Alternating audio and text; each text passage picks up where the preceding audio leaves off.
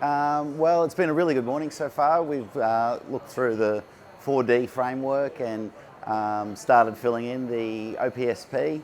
The work on the core values was really, really great because we've been doing that for a couple of months, and just to crystallise it into a short set of 7 values has been great. Can't wait to take it back to the team. We've been doing real estate for nearly 10 years now, and we've got a really solid business in the affordable housing space.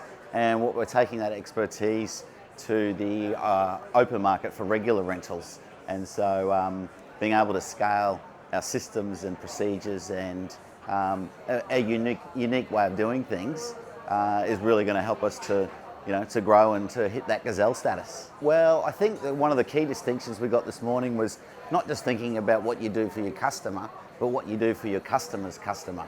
And that's really given us a few really, really good ideas.